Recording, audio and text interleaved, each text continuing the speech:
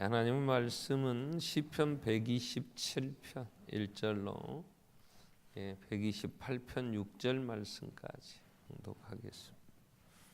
127편 1절로 128편 6절까지입니다. 여호와께서 집을 세우지 아니하시면 세우는 자의 수고가 헛되며 여호와께서 성을 지키지 아니하시면 파수꾼의 깨어 있음이 헛되도다. 너희가 일찍이 일어나고 늦게 누우며 수고의 떡을 먹음이 헛되도다. 그러므로 여호와께서 그의 사랑하시는 자에게는 잠을 주시는도다. 보라, 자식들은 여호와의 기업이요 태의 열매는 그의 상급이로다. 젊은 자의 자식은 장사의 수중의 화살 같으니 이것이 그의 화살통에 가득한 자는 복되도다. 그들이 성문에서 그들의 온수와 담판할 때에 수치를 당하지 아니하리로다. 여호와를 경외하며 그의 길을 걷는 자마다 복이 있도다. 내가 내 손이 수고한 대로 먹을 것이라. 내가 복되고 형통하리로다. 내 집 안방에 있는 내 아는 결실한 포도나무 같으며 내 식탁에 둘러앉은 자식들은 어린 감람나무 같으리로다. 여호와를 경외하는 자는 이같이 복을 얻으리로다. 여호와께서 시온에서 내게 복을 주실지어다. 너는 평생의 예루살렘의 번영을 보며 내 자식의 자식을 볼지어다. 이스라엘에게 평강이 있을지로다. 아멘. 찬양 읽겠습니다.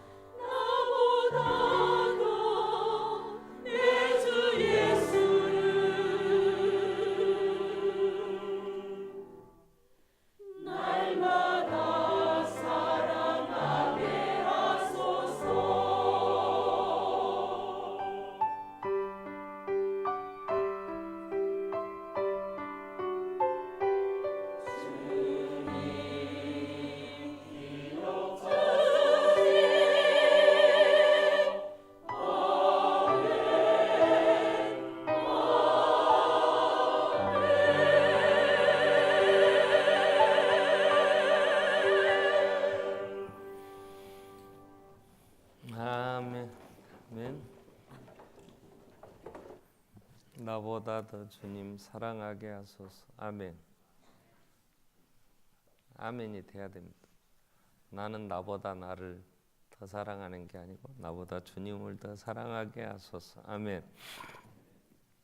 세일의 기도회가 이제 오늘 토요일까지만 하면 3주가 맞춰지는데요. 세일의 기도회 끝나가는 시점에 아직도 우리 가정에는 할 말이 많은데 우리가 말씀 앞에 더 많은 걸 비추어 봐야 되는데 그런 생각을 합니다. 우리 지난 주간에 우리가 주 본문으로 삼았던 시편 127편 1절로 우리 128편 6절까지 같이 오늘 살피게 되는데요. 127편, 128편은 솔로몬의 시입니다. 127편이 문제 제기라면 128편은 해답을 얘기를 합니다. 127편에서 솔로몬은 이렇게 얘기를 합니다. 여호와께서 집을 세우지 아니하시면 세우는 자의 수고가 헛되다. 여호와께서 성을 지키지 아니하시면 파수꾼의 깨어 있음이 헛되다. 그래. 헛된 헛수고. 그러면 수고를 어떻게 하냐? 그러면 아침 일찍부터 2절에 사람이 아침 일찍 일어나고 늦게 누우면서 수고하지요. 근데 그런 수고가 헛되다. 참 기가 막힐 일이에요. 잠도 못 자. 여호와께서 사랑하시는 자에게는 잠을 주시는데 우리는 아침부터 저녁 늦게까지 수고하고 걱정 근심이 많아서 잠도 못 자고 불면증에 시달리면서 뭔가를 하려고 하지요. 근데 그게 하나님이 우리에게 자식은 3절에 여호와의 주신 기업이에요. 태의 열매는 상급이고 근데 그렇게 수고하고 그렇게 일을 쓰는데 자식이 위로가 되고 상급으로 힘을 얻는 것보다는 걱정이 더 많다. 그게 헛된 수고라는 거죠. 자식들이 내 전통에 가득하면 젊은 자의 자식은 수중에 화살 같기 때문에 전통이 가득하면 복돼요. 그래서 누구한테 무시당하지 않는다. 5절 말씀은 성문에 앉았을 때 그 말은 성문에서 매매도 하고 재판도 하고 많은 그 성에 일어나는 일들을 하는데 그때에도 자식들로 인하여 무시당하지 않고 힘을 얻는 복된 삶을 사는데 하나님이 세우지 않으므로 이러한 복이 임할 수가 없다 그 얘기죠. 그래서 그러면 여호와께서 집을 세우시는데 어떻게 세우실까? 128편은 이렇게 1절에 정리가 됩니다. 여호와를 경외하며 그의 길을 걷는 자마다 복이 있도다. 하나님을 경외하며 그의 길을 걷는 자. 그럼 그 복이 뭔 복이냐? 그러면 2절에 이렇게 얘기를 합니다. 내가 내 손이 수고한 대로 먹을 것이다. 내가 복되고 형통하리라. 그래요. 자, 사람이 그러면 이 땅에서 우리가 어떻게 사는가? 그럴 때 성경은요, 이 땅에 에덴 동산에 쫓겨나서 이제 이 지상의 삶이 시작이 될 때에 창세기 3장 16절 17절에 보면 여자한테는 이렇게 얘기를 하셨어요. 하나님의 저주 아래 있어요. 지금 우리의 이 세상의 역사는 하나님의 진노하신 가운데 있는 거란 말이에요. 하나님의 화가 많이 났다는 거잖아요. 왜 하나님 하지 말라는 거 했잖아요. 하나님을 하나님으로 인정 안 하고 지가 하나님이라고 지 마음대로 선악과 따먹고 지금도 우리는 하나님 노릇하고 살잖아요. 그죠? 오늘 교회 오기는 왔지만 지금까지 또 우리는 왕 노릇하고 내가 살았잖아요. 자, 그러니까 그 여자한테 이렇게 얘기를 했어요. 네가 임신하는 고통이 크게 더할 것이다. 어떤 동물이나 어떤 식물도요. 자기 종족을 다시 보존하고 번식하고 이게 생명의 역사를 이어가는데 이렇게 고통스러운 집단은 없어요. 초식 동물들은요. 애 낳고 같이 그때 막 뛰어버려요. 애가 떨어지면서 같이 뛰어간다. 왜? 애기 낳고 한 일주일씩 한 달씩 몸조리 할 때에 아니 그 사자나 또 치타나 이런 하이에나나 이런 데 다 잡혀 먹어보니까 애 낳고 꽁꽁거리고 앉아있으면 다 집어먹어버리지 안 그러겠어. 그러니까 나는가 동시에 뛰어버려요. 걔들은. 물고기들도 마찬가지입니다. 종족 번식 때문에 이렇게 고통스러운 어떤 종도 없어요. 인간만 그래요. 그래서 여자들은 이 해산의 고통, 임신하면서도 고통스럽지만 해산하고 나서 또 몸조리 하느라고 얼마나 내가 봐도 우리 딸이 지난주에 딸을 낳았거든요. 딸이 딸 낳았어요. 그리고 집에 와 있어요 지금. 근데요 보기가 이제 저 몸 언제 추스릴까 막 그냥 사방대 막 불어났는지 그냥 살은 쪄 갖고요. 저거 어떻게 이제 몸을 추스려야 되는데 근데 참 아버지가 입장에 볼 때도 안타깝더라고. 근데 어떻게 하겠어?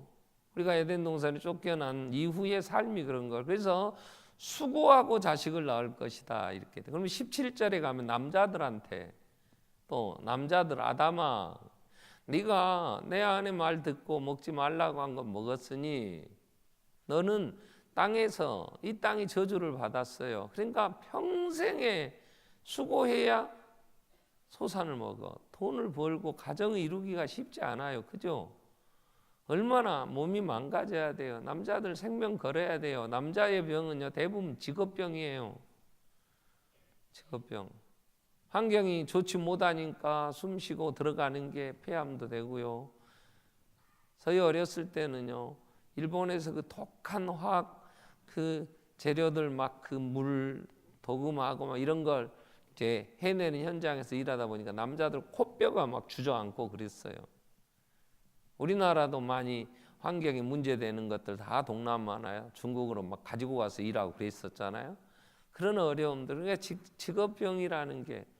그리고 왜 심은 좋은 곡식은 잘 안 자라고 심도 않은 가시원건키는 막 그렇게 생명력도 강하냐고요.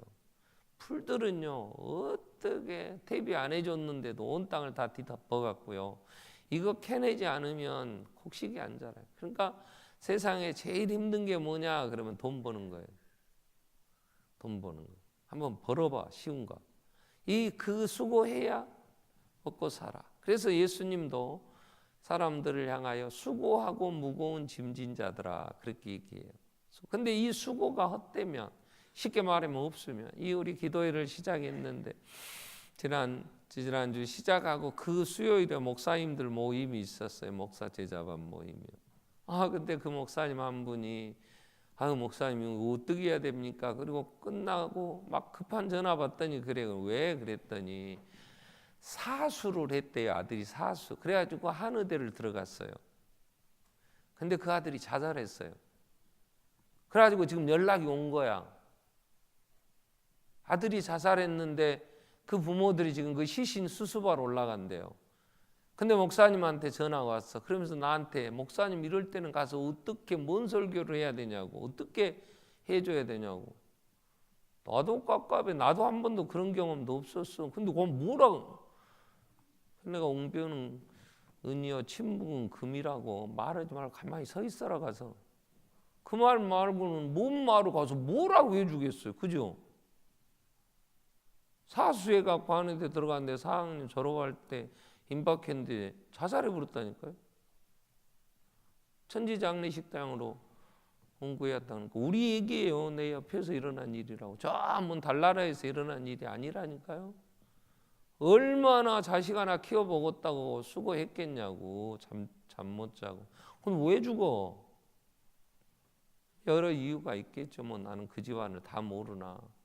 잠깐 얘기 들으니까 아버지가 얼마나 자식 한번 키워보겠다고 아들 딸 하나 남매 낳아가지고 그랬다 그래요. 그러니까 우리가 이 땅에 수고하는데 왜 우리의 인생은 수고로운 길이니까 모세가 뭘 하겠어요. 시편 90편에 보면 인생을 얘기할 때 우리 모든 날 주의 분노 중에 지나가고 우리 평생 순식간에 다하였나이다. 자 그러면서 10절에 우리의 연수가 70이요 강건하면 80이라도 그의 연수의 자랑은 수고와 슬픔뿐이다. 신속하니 우리가 날아가나이다. 나이 드신 분들한테 어떻게 사셨어? 그러면 아이고 죽지 못해 살았지. 그래도 살긴 삽디다. 그래요. 아들이 출세했어요. 애굽에서 총리가 됐어요. 그래서 총리된 아들 따라서 간 야곱에게 그 왕이 물어봐요. 연세가 어떻게 되셨어? 내가 우리 조상들만큼은 못 살았어도 내가 험악한 세월을 보냈습니다. 야곱이 그래요. 험악한 세월을 고생하고 울고 그 적방한 땅에서 살아온 게 수고로움이었다는 거죠. 자, 그래서 예수님은 우리를 부르실 때에 마태복음 11장에서 28절 수고하고 무거운 짐진 자들아 다 내게로 오라. 그래서 구원자이기 때문에 내가 쉬게 해주겠다 그랬어요. 내게로 오라. 내가 너희를 쉬게 하리라. 예수님이 우리를 부르실 때에도 에덴 동산에서 쫓겨나면서 죗값으로 그 여자는 해산의 고통이 더 크게 더하여져서 그 수고로움으로 자식을 낳아야 하고 키우는데 쉽냐고. 또 남자들은 돈 벌어서 가정을 이루겠다고 하는데 그게 그렇게 쉽지 않아요. 그래서 예수님이 그 수고로움 위해서 이제 놓아주겠다고. 그래서 구원자잖아요. 수고하고 무거운 짐진 자들아 다 내게로 오라 그래요. 여기서 우리가 수고했는데 우리의 그 하나 자식 낳고 가정을 이루겠다고 밤잠 못 자고 그렇게 수고했는데 그 결과가 너무 공허하고 도리어 나한테 상급이 아니고 내 짐이 된다면 얼마나 억울해. 그래서 오늘 제목은 이 헛되지 않는 수고예요. 수고는 하는데 헛되지 않은 수고. 수고가 헛되다 121편에 그러는데 128편은 수고한 대로 먹는 헛되지 않은 수고에 대한 얘기를 128편이 얘기를 하시죠. 그러면 127편 1절에 수고가 헛된 이유는 여호와께서 집을 세우지 아니하시니까 그래요. 그래서 세우는 자의 수고가 헛돼요. 그럼 하나님 어떻게 집을 세워주신다요? 여러분 집은 하나님이 세우십니까? 하나님이 딱 태어나서 이제 결혼할 때쯤 됐더니 하나님이 천사를 보내갖고 아야 너는 저 여자한테 장가가거라니 그랬어 가정을 이루었습니까? 너희들이 결혼하면 2년 되면 아들 주고 2년 후에는 딸 줄 테니까 잘 키워라 그랬어요? 그러지 않아요. 하나님은 꿈에 나타난 적도 없고 나한테 무슨 은밀하게 천사를 통해서 마리아한테 네가 잉태하는 건 큰 하나님의 이제 일을 이루시기 위한 것이다. 그러면서 임신이 되고 그것 때문에 요셉이 고민할 때 또 천사가 요셉에게 내 여자 데려오기를 두려워하지 마라 이러면서 이루어 주신 무슨 그런 계시를 받고 그런 지시를 받고 가정을 이루었냐고. 그러지 않잖아요. 그렇기 때문에 하나님이 그럼 어떻게 가정을 집을 세우시냐 그럴 때 하나님은 말씀으로 세우세요. 하나님은 말씀으로. 그래 하나님이 이미 우리에게 가정을 이제 할 때 어떻게 결혼을 하려면 사랑함으로 결혼해라. 다른 이유 때문에 하지 말고 사랑함으로. 그리고 부모를 떠나 아내와 아빠의 한 몸을 이루라. 그러면서 아내들아 남편에게 복종해라. 하나님 말씀을 그렇게 하셨잖아요. 남편들아 내 아내는 더 연약한 그릇이니까 내 몸과 같이 아내를 사랑해라. 예수님이 교회를 위하여 자신을 주신 같이 너는 마누라를 위해 죽어라 그랬잖아요. 자식들아 부모에게 순종해라. 아비들아 자녀를 노엽게 하지 말고 주의 교훈과 훈계로 잘 양육해라. 이렇게 말씀을 다 하셨어요. 이 말씀대로 잘 세우면 우리의 수고가 헛되지 않아요. 근데 우리는 하나님의 말씀을 따르지 않아요. 그리고 세상의 사람들이 얘기하는 대로 그러니까 왜 애를 그렇게 키워? 아니 다 저렇게 키워. 대부분 그래요. 아니 애를 왜 그렇게 막 닥달해서 예배도 안 드리고 뭐 학원 보내고 학교 보내고 그래. 그러면 뒤처져서 안 돼. 다 그래. 그러면서 공부할 때가 되면요. 교회가 없어요, 애들이. 전부 학원에 가 있고요. 학교가 있고요. 그러니까 하나님 말씀대로 키우지 않지요.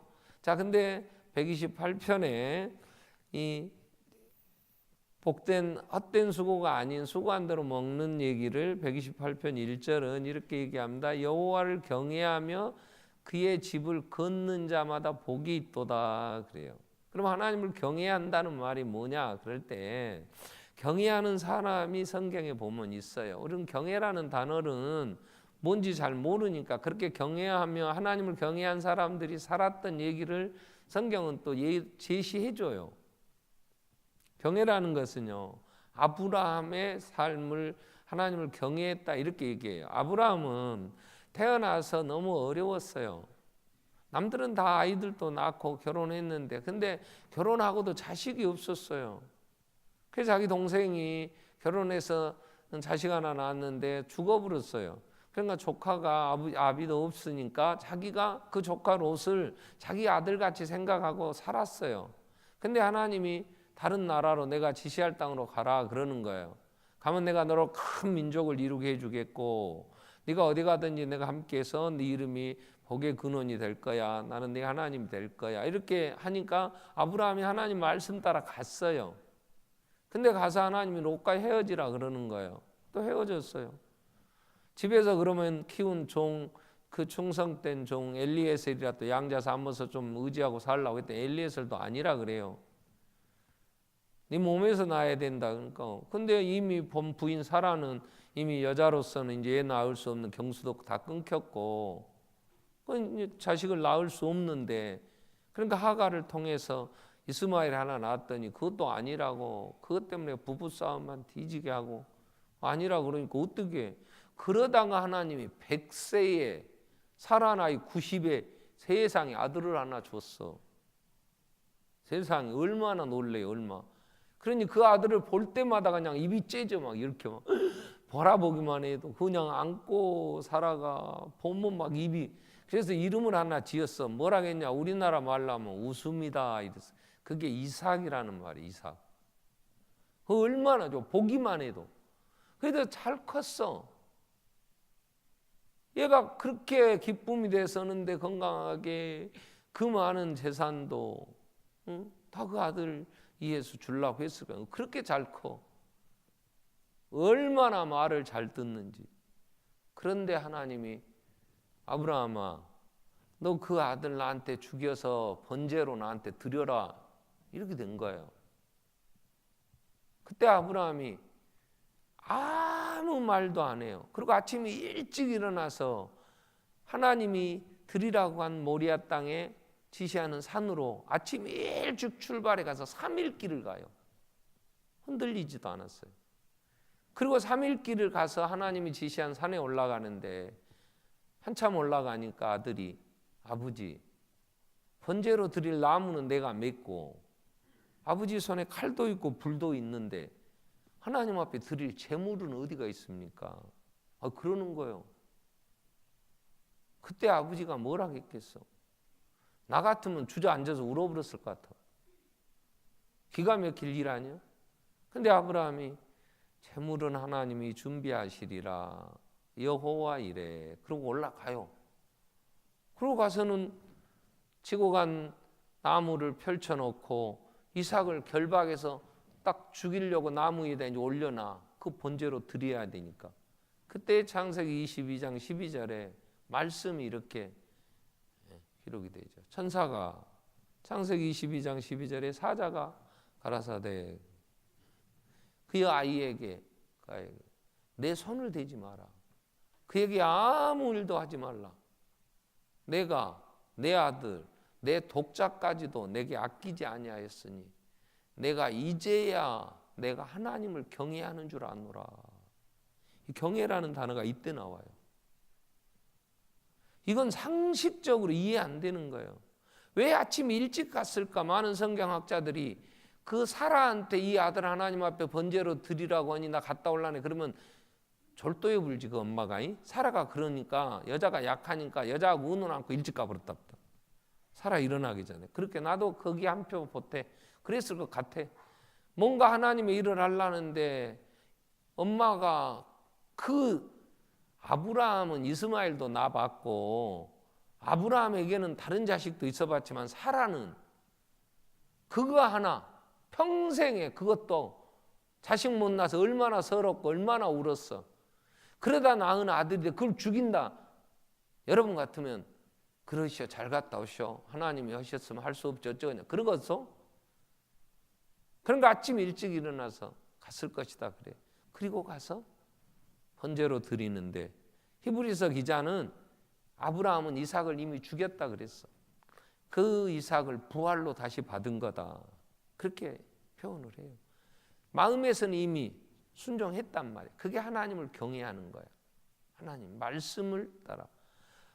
욥기 1장 1절에 보면 욥에 대한 얘기를 이렇게 해요.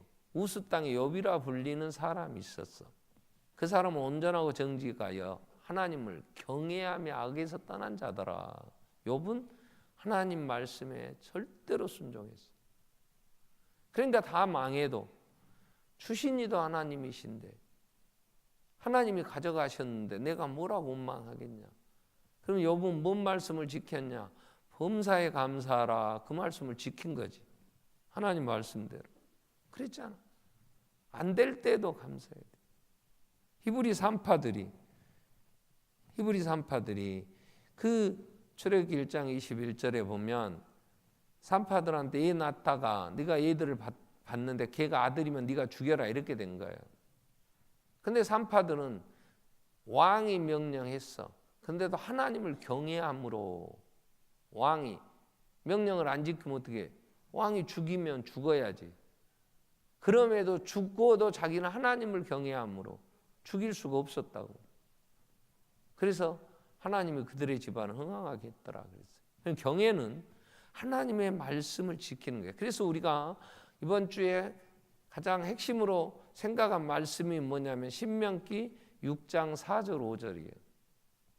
신명기 6장 4절 5절에 이스라엘아 들으라 이렇게 들으라 이 말은 쇠마 그런데 쇠마. 우리가 쇠마 교육이라고 많이 얘기해요. 유대인의 교육은 쇠마 교육이다. 들으라 이런데 뭘 들어야 되냐 그러면 모세가 우리 하나님 여호와는 유일한 여호와시다. 다른 신은 없어. 하나님만이 신이셔.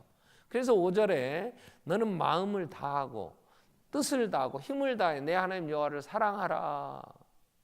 이걸 듣고 그걸 따라 사는 거 하나님을 목숨보다 더 사랑하는 거예요.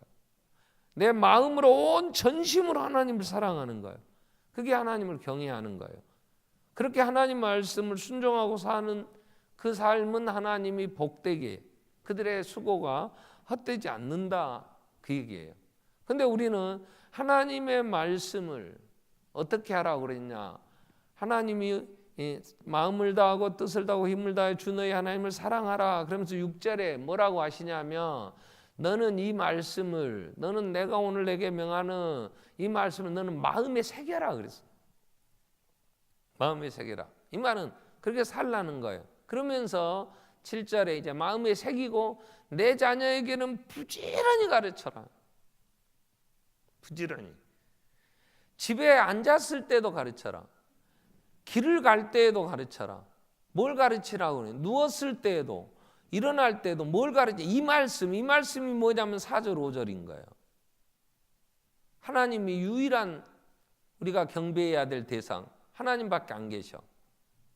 우리는 그 하나님은 마음을 다하고 뜻을 다하고 힘을 다해 주 너희 하나님을 사랑하라는 말씀이에요. 예수님에게도 마태복음 22장 34절 이후 말씀 보면 사두개인 율법사가 예수님에게 나와서 물어봐요. 마태복음 22장 34절 이후의 말씀 보면 예수께서 사두개인들로 대답할 수 없게 하셨다함을 바리새인이 듣고 모였어요. 그러면서 그 중에 한 율법사가 성경을 가지고 백성들을 가르친 율법사가 예수님을 시험하여 물어봐. 어느 계명이 큽니까? 율법 중에 어느 계명이 큽니까? 그때 예수님이 이르시되 내가 마음을 다하고 또 목숨을 다하고 뜻을 다하고 주 너희 하나님을 사랑하라. 이게 가장 큰 계명이다. 모든 율법의 요약이다. 신명기 6장에 있는 4절 5절 말씀을 예수님도 그렇게 얘기를 하시는 거예요. 그렇기 때문에 우리는 그 말씀을 마음에 우리가 두고 어떻게 해야 돼? 자녀에게 부지런히 가르치라는 거예요.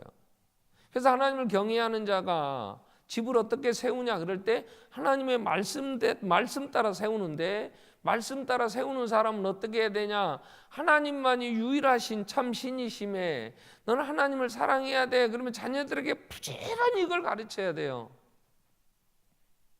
근데 우리는 부지런히 학원에 보내잖아요. 교회는 야 다음에 가면 돼. 지금 네가 공부해서 대학만 들어가면 그러면 인생 끝난다. 너는 그 다음에 해도 돼. 그리고 부지런히 학원 보내고 부지런히 점수 따오라 그러지. 부지런히 하나님을 경외하라고 안 가르친단 말이야.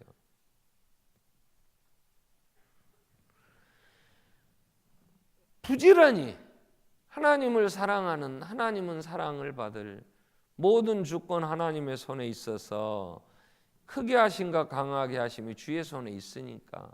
하나님은 솔로몬이 잠언 8장 32절에 의해 하나님 사랑하는 자들이 사랑을 입고 간절히 찾는 자가 만난다 그러시면서 오늘 우리가 교도관 시편 34편에서도 하나님 경외하는 자가 받는 복에 대한 얘기를 하잖아요. 9절부터 보면 뭐라고 얘기했어요? 너희 성도들아 여호와를 경외하라. 그를 경외하는 자에게는 부족함이 없다. 자, 이 말씀의 후부분을 먼저 나는 부족하다. 그러면 답은 뭐야? 나는 하나님 말씀 안 듣고 내 생각대로 살았다. 그게 교만이에요. 그죠? 내 생각을 버리고 죽게 돌아가야 돼요. 내가 생각한 대로 자식 키워보겠다. 이 시대에 이렇게 키워야 돼. 그래야 우리 애들이 뭔가 할 수. 여러분, 그런 교만한 생각하지 마세요. 하나님이 말씀하신 대로 하나님을 경외하고 하나님이 창조주이시니까 목숨을 다해 하나님 사랑하는 자로 키우라 그랬잖아요. 그럼 부족함이 없어. 얼마나 하나님이 10절에 뭐라고 얘기를 하시냐면, 자, 34편 10절에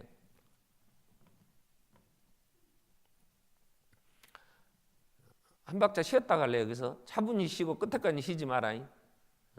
젊은 사자는 궁핍하여 줄일지라도. 젊은 사자라는 말은요, 정글의 왕의 사자는요, 그 숲이나 이 사자가 사는 그 바운더리 안에 있는 짐승은 사자가 맘만 먹으면 다 잡아먹습니다. 사자가 어스렁어스렁 다니면서 막 골라 먹지는 않아요. 사자가요, 짐승 사냥을 할 때는요, 전심으로 그들은 한 마리가 하지 않아요. 사자는 떼를 그룹으로 사니까 이 떼가요, 작전을 짜서 짐승들이 있으면 확 한 마리 가서 저어놓으면요, 뒤에 쳐지는 애들이 있어요. 새끼라든가 뭐 좀 전다든가 아니면 정신 빠져갖고 연애 얻은 놈들이나 이런 애들이 뒤쳐지면 딱 집중해갖고 한꺼번에 그래서 잡아먹습니다. 그러니까 사자들이 배가 고프다 그러면 그 산 안에 그 자기들이 자기 경계 안에 자기 영역 안에 있는 짐승은요, 맘만 먹으면 다 잡아먹어요. 그런데 이 젊은 사자, 늙은 사자도 아니고 젊은 사자가 궁핍하고 줄인다 이 말은 먹을 것이 없어. 요즘 말로 하면 경기가 더럽게 나빠. 이건 도대체 살 수가 없어. 아주 바닥 경기가 아주 바닥이야. 어떻게 뭘 해도 안 돼. 다들 어렵다고 그래. 젊은 사자가 궁핍하여 줄인다는 말은 똑똑하고 재능 있고 뭐 돈가 다 하는 사람도 안 되는 상황이야. 근데 여호와를 찾는 자 모든 좋은 것에 부족함이 없다. 하나님을 경외하는 자는 그런 어려울 때에도 하나님은 7절에 오늘 우리가 교도관 34편 7절에는 이렇게 얘기해요. 여호와의 천사가 주를 경외하는 자를 둘러진치고 그들을 건지시는도다. 천사가 둘러진을 치고 건져준다는 이 건진다는 단어는 지금 어려움에 처해 있다는 거지. 그러니까 거기서 건지는 거 아니야. 어려움이 아니면 이렇게 표현을 해야 돼. 여호와의 천사가 주를 경외하는 자를 둘러진치고 함께 찬양하며 경배드렸더라 이래야지. 근데 지금 이 하나님을 경외하는 자가 힘이 어려워. 그러니까 하나님 그 경외하는 자를 천사를 동원시켜서 천사를 둘러치게 해서 거기서 그 환난에서 면하게 한다고. 구설의 다툼에서도 하나님이 친히 장막, 은밀한 장막을 치셔서 구설의 다툼, 말 많이 생기고 말길이 얽혀 있는데도 하나님은 하나님을 찾는 자, 하나님이 은밀한 장막 가운데 지키시며 건져주신다고. 경제적인 어려움만은 아니에요. 많은 시대에 정말 믿음을 지키기가 어려워도 하나님을 경외하는 자들을 천사가 둘러진치고 순교자들이 많이 순교하는 상황들을 그럴 때도 하나님은 살아야 될 선교사들은 또 보호하셔서 인도하신 것들도 우리는 많이 볼 수 있어요. 자, 그러면 우리는 많은 내 삶의 전 영역에서 하나님을 경외하는가 점검해 봐야지. 내 예배의 삶은 내가 하나님을 향하여 내 시간은 내 경제는 내 돈은 하나님 정말 경외하고 쓰는 것인가 점검해 봐야 되지만 그걸 다 할 수 없어. 이번 주는 지금 우리가 자녀 문제를 살피고 있기 때문에 그러면 하나님이 자녀를 어떻게 키우라고 했느냐. 분명하게 성경은 아내들아 남편에게 복종해라. 남편들아 아내를 사랑해라. 부모야 아비들아 내 자녀를 노엽게 하지 말고 주의 교훈 관계로 양육해라 그랬어요. 부지런히 가르쳐야지. 여러분 자녀를 가르치는데 많은 사회과학 쪽에서도 얘기를 해요. 아이들이 말을 안 듣는다는 거잖아요. 3일 전인가 이 한 키즈팜 그 기자가 글을 하나 기고해서 그 인터넷에 올렸더라고요. 그게 뭐냐면 전에 사춘기는 중2 때 이제 중2는 감당이 안 된다 이랬는데 이게 이제 낮아져서 초등학교 4학년 때부터 사춘기가 온대요. 그러니까 어떤 부모가 아이고 초등학교 4학년 우리를 어떻게 할 수가 없어 어떻게 해야 돼요 이렇게 글을 올리니까 댓글이 뭐라고 달렸냐면 이제 전쟁 시작이군요. 이제는 끝이 아니에요. 중학교만 가면 다 끝나는 것도 아니에요. 평생 가요. 막 그러면서 애기들 키우는 유럽 속담에도 스페인의 속담에도 10대를 키워보지 않고는 인생을 논하지 마라 그랬다고. 이때는요 감당이 안 되는 거예요. 오늘 저녁에 그 얘기 할 거예요. 안 나올 거지 또. 속 상하고 한번 견뎌보세요. 말이 되나. 대책 없어요. 애들도 내가 잘못이다 하면서도 막 들이받아요. 왜요? 그때에 이제는 영양과가 좋아졌잖아요. 그러니까 신체적인 이 호르몬 자체가 이제 제일 왕성할 때가 이제 20대로. 여러분 초등학교 애들이 임신을 해요 지금. 걔들이 집단 가출해가지고 중학교 애들이 남학생들이 여학생들 중학생들 성매매 업소 만들어가지고 성매매 알선해갖고 그 돈 받아갖고 돈 벌고 그런 세대 아니요. 걔들이 앞뒤 뭐가 옳고 그런다는 게 분간이 됩니까? 그냥 충동적이에요. 그럼 내 아이는 안 그러냐고요. 다 그래요. 그렇기 때문에 교회 안에서는 안 그런다요. 교회에서도 애들끼리 왕따시키고 그 정도만 있어요. 얼마나 많은 일들이 상상 못할 일들이 벌어지냔 말이에요. 그래서 이 자녀들을 어떻게 키워야 될 거냐. 하나님은 이렇게 했어요. 부지런히 가르쳐라. 부지런히라는 단어 안에는요. 많은 일반 교육학에서도 그런 얘기를 해요. 자녀들과 많은 시간을 가지세요. 그래요. 자녀들과 많은 시간을 함께 하세요. 그래요. 길을 갈 때도 가서 전화하려면은 하나님 사랑하라고 저는 길을 갈 때도 함께 해야 되잖아요. 길을 함께 가는 건 뭐예요? 여행도 하고. 그죠? 같이 자고 같이 일어나고 얘들은 따로 나 따로 그래서 얘들하고 만나는 집에서 만나는 시간도 없고 모처럼 만났는데 아이들하고 아버지가 만나서 인사를 이렇게 오랜만입니다. 그래서 어떤 분은 집으로 출퇴근해라 이런 말이 있더라고요. 집으로 퇴근을 하라는 거야. 애들하고 뭘 해야 돼. 그래야 누웠을 때라 될 거 아니야. 그래도 기독교 문화가 있는 서구 유럽 쪽에 영국의 특별히 아이들은 잠자기 전에 언제나 꼭 아버지 엄마가 애들에게 성경을 읽어줘요. 성경 이야기를. 그걸 읽고 잠이 드는 거예요. 애들이. 그렇잖아요. 그냥 잘 때에도 누웠을 때에도 그러라고 그래요. 이렇게 많은 시간을 보내야 되는데 우리는 애들하고 보내는 이러한 시간을 갖지 않아요. 영국에 유명했던 정치가고 외교관이었던 아담스라는 분이 일기를 썼어요. 일기 어느 날 일기장에 이렇게 썼어요. 나는 오늘 아들과 함께 낚시를 갔다. 오늘 하루 낭비했다. 이렇게 이제 아버지가 썼어요. 근데 그날 아들이 일기를 썼어요. 그 아들 일기는 이렇게 나와요. 나는 오늘 아빠와 낚시를 갔다. 내 생애 최고의 날이었다. 아버지는 나는 오늘 아들과 함께 낚시를 갔다. 하루를 낭비해버리고 말았다. 이렇게 썼는데 아들은 나는 아버지 오늘 낚시를 갔다. 내 생애 최고의 날이었다. 그럼 어쩌자는 거예요. 최고의 날이라고 아이가 그렇게 부요해지고 많은 생각을 하는데 아버지는 뭐 하겠다고 가서 돈 벌고 뭐 하겠다고 가서 정치를 하고 하냐고. 여러분 우리는 사무엘은요 한나가 얼마나 기도하며 낳았어요. 정말 한 여자의 피눈물 속에 태어난 아이가 사무엘이에요. 엄마가 지극정성으로 그를 키워요. 명절 때마다 옷도 입히고 예루살렘 그 성전에서 살지만 얼마나 같이. 그래서 사무엘이 얼마나 정말 그 국가의 지도자로서 전국을 순회하면서 재판하면서 사무엘상 7장에 보세요. 얼마나 분주하게 살았는지 몰라요. 근데 8절에 보면 8장 3절에 보면 사무엘상 8장 3절에 보면 성경은 이렇게 정리가 돼요. 그의 아들들은 자기 아버지 행위를 따르지 아니하고 이익을 따라 뇌물을 받고 판결을 굽게 아니라. 그래서 백성이 이렇게 해요. 당신 자식들은 불량자요. 우리 지도자가 못됩니다. 이렇게 돼요. 사무엘은 하나님의 일한다고 천국을 순회하며 돌아다니며 살았어요. 집에서 애들하고 보낼 시간이 없어. 그랬더니 애들은 개망난이가 되는 거예요. 자식은 하나님은 그냥 키워주지 않아요. 다윗을 보세요.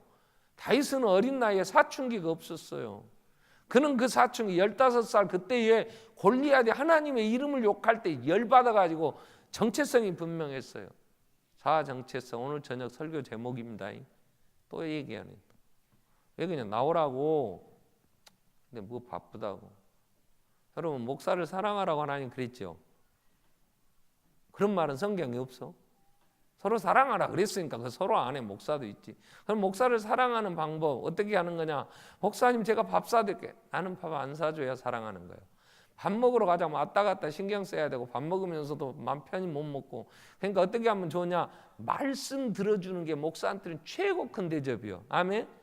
목사님 내가 바빠서 오늘은요 저녁에 못합니다. 이런 소리를 하지 말고 가. 그런 소리 하면 얄미우니까. 내가 바라는 게 뭐 있어? 말씀 듣고 하나님 말씀 따라 살면서 평안을 얻기를 원하지. 그죠? 근데 거기다 대놓고 뭐 바빠 미운 짓거리면 골라서 해 또. 목사를 사랑한다면 왔어야지. 한 번도 안 나와. 뭐가 바쁘다가 안 나와. 내가 얼마나 더 세일의 기도에 할 수 있을지 몰라도 살아보자고 한번 살자고. 하나님 나라 가기 전에 우리가 하나님 복 받고 살자고 그러는 거 아니야. 자식들을 우리가 키워내는데 다윗같이 사춘기도 없이 바르게 골리앗을 여호와 이름으로 나는 내게 가노라. 정체성이 분명해요. 하나님의 역사, 창조주, 섭리사관이 있기 때문에 골리앗의 그 등치 앞에 기죽지 않았어요. 근데 다윗이 나라가 왕권이 확립이 안 된 이제 나라를 세워야 되니까 얼마나 밤낮으로 다니며 전쟁해야 돼요.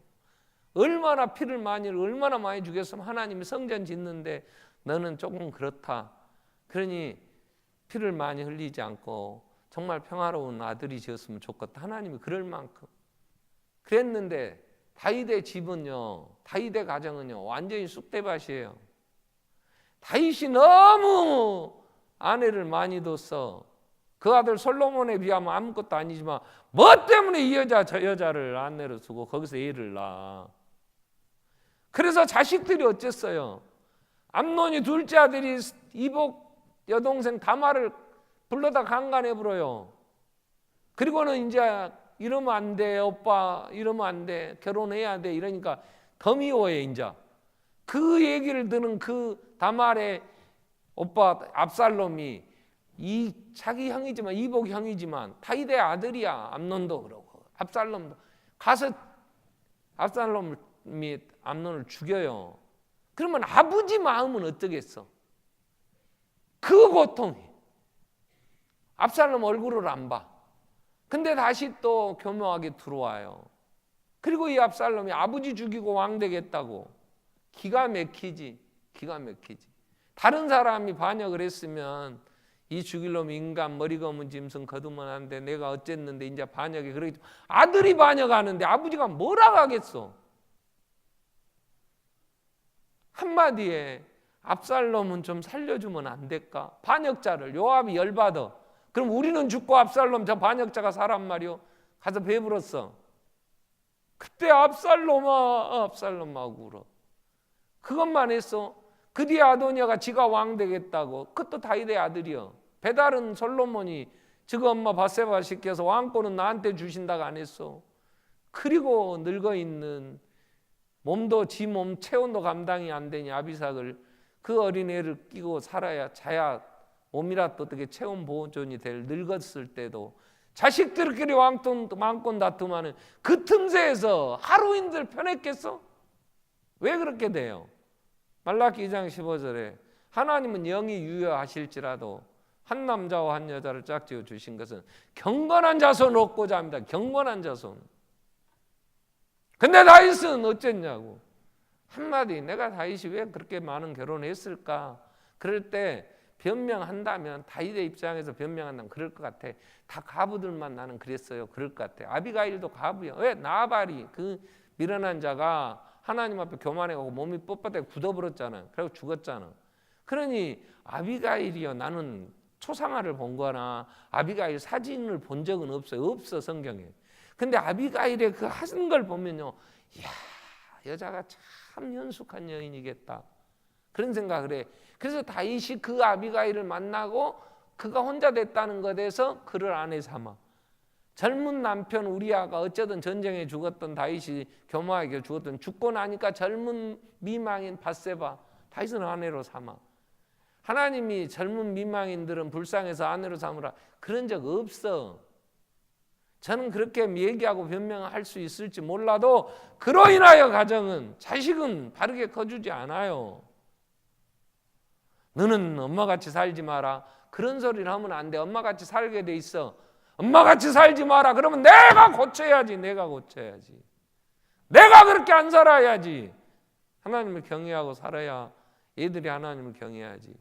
너는 엄마같이 살면 안 돼. 엄마는 그래. 그게 말 같은 소리를 해야지. 그건 안 되는 거예요.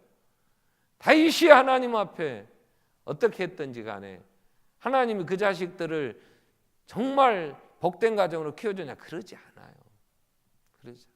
솔로몬은 그 많은 일들을 하고 그 아버지의 모든 것 다 이어받아 지혜롭다 해도 새끼 하나 제대로 못 키웠어요.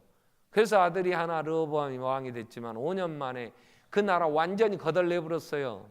애굽에 시삭이 들어와서 그 많은 금은 모아 성전 껍데기까지 다 뺏겨가가지고 싹 뺏기고.